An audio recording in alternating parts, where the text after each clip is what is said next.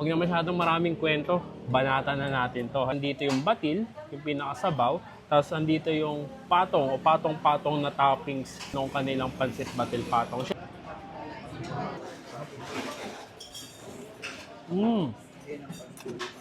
Alright mga Max, medyo kinutom tayo ngayon at eto, nag-crave din ako sa pansit batil patong. Nabalitaan ko nga na meron daw bagong open na pansit batil patong. Ito kilala na to na pansit batil patong. May bagong branch daw sila dito sa may Kawit, Cavite. Kaya naman ito, syempre dahil bago, doon tayo sa bago. Tikman natin yung pansit batil patong ng Enang's Pansit Batil Patong. Tara, samahan niyo ako. Let's go!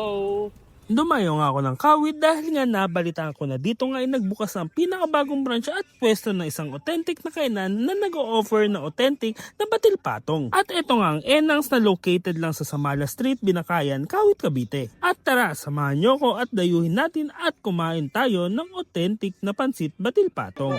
So mga Max, ayan, ito na nga yung dinayo natin na Pansit Batil Patong. Ito nga yung pinakabagong branch ng Enang's Pansit Batil Patong na talaga nag-o-offer naman ng authentic na Pansit Batil Patong na galing pang Tuguegarao. Masasabi nating authentic kasi nga yung nagluluto, yung mga rekado, ayan, lahat galing Tuguegarao. At kilalang kilala talaga ang Enang's kahit saang lugar pa. So yung Pansit Batil Patong nila mga Max, yan may iba't ibang variants. Meron silang regular, ayan yung karahay o yung kara beef lang yung naka-toppings. Tapos meron silang super special, ayan yung kara beef, tapos merong Shanghai.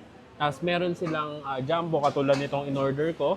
Merong bulaklak, tapos merong Shanghai, tapos may lechong kawali, tapos yung Carabao beef. At meron ding overload. Tapos bukod dito, available din sa kanila yung mga bilao na pansit batil patong.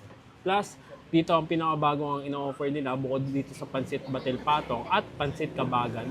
Meron din silang ino-offer dito ng mga iba't ibang silog meals. Kaya naman talagang solve na solve pag dinayo nyo itong Enang's Pansit Batil Patong. So, ayan. Huwag na masyadong maraming kwento, banata na natin to. Meron tayo dito yung jumbo na pansit batil patong. Siyempre, nandito yung batil, yung pinakasabaw. Tapos, andito yung patong o patong-patong na toppings anong kanilang pansit batil patong. Siyempre, hindi makukumpleto at sabi nila hindi daw magiging legit na pansit batil patong pag wala nung legit na toyo malabon at saka yung Marca Rosal vinegar. Kasi ito talaga yung ginagamit doon sa kanila. So, kuha muna tayo ng ating pangsawsawan. Ito naman yung pansit nila, pansit batil patong. Ito yung jumbo, 180 pesos. Grabe yung toppings. So, makikita nyo naman yung kulay talaga niya na sa itsura pa lang ay mukhang malasang-malasa naman talaga. Ano, may Carabao beef, may atay, ayan, may lechong kawali, ito may chicharong bulaklak dito, tapos may Shanghai. Tapos syempre yung itlog. Yung pa lang, oh. Lasa. Wala pa akong iba nilalagay dyan. Natin itong batil yung sabaw. Pag nabiting ka dito sa sabaw, pwede kang humingi sa kanya. Itong sabaw niya, para siyang egg soup na pinakuluan dito yung Carabao beef. Lagyan natin ng siyempre, lagyan natin itong nawa nating sausawan, parang lomi. Lagyan natin itong sabaw.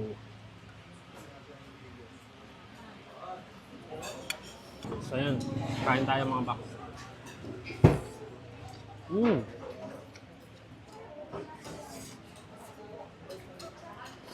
Grabe yung toppings nila. Talaga namang kada subo mo may toppings talaga kasama. Especially yung cara beef.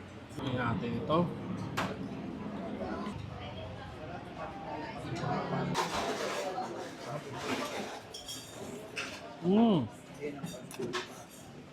Yung overload pala nila dito mga box. Ang pinagkaiba niya dito sa jumbo, merong longganisa na kasama. Legit na longganisang Tuguegarao.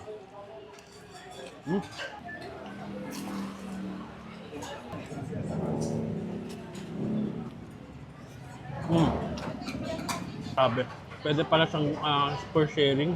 Sobrang dami yung serving. Mabubusog ka dito pag ikaw lang mag-isang umubos ito. Ayan mga box, kung gusto mo makatikim ng legitimo legit na pansit batil patong. Ayan. Dito lang matatagpuan ang Cavite branch ng Enang's Pansit Batil Patong sa Kawit, Cavite. Sa Samala Street lang, tabi na Kayan sa Kawit, Cavite. Ayan. Open sila araw-araw. At bukod nga sa Pansit Batil Patong, available pa yung mga food trip dito sa kanila. Paano? Ubusin ko muna tong Pansit Batil Patong ko. At kita-kit sa susunod kung dadayun ko sa may masarap, mura at kakaibang kainan. And don't forget to eat, ride and ride.